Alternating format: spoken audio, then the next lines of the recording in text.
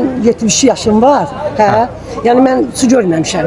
Biz qıtın-qıtın su işləmişik. Adi günlərdən biridir. Qəbələdən Şamaxıya xeyir işə gedirəm. Xeyir işdi. Çünki Şamaxının Mərzəndiyə kəndi illərdir susuzluqdan əziyyət çəkirdi və artıq ora su gəlir. Emin Musəvini görürəm, Azər Nəzərova görürəm və rayon rəhbərliyi gəlir.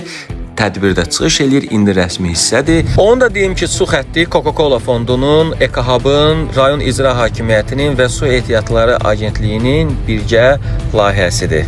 Rəsmi şəxslərin çıxışı bitdi və kəmərin çəkilişi ilə bağlı bir film izlədi və dərhal üz tutdu hadisə yerinə, Mərzəndiyə kəndinə. Uşaqlar da məni sevinclə qarşıladı. Bir su çəkirlər kəndinizdə. Əvvəl su yox idi sizdə? Yox, bizə yox. İndi yaxşıdır su? Ora gəlmişəm tədbirə. Çox sağ ol.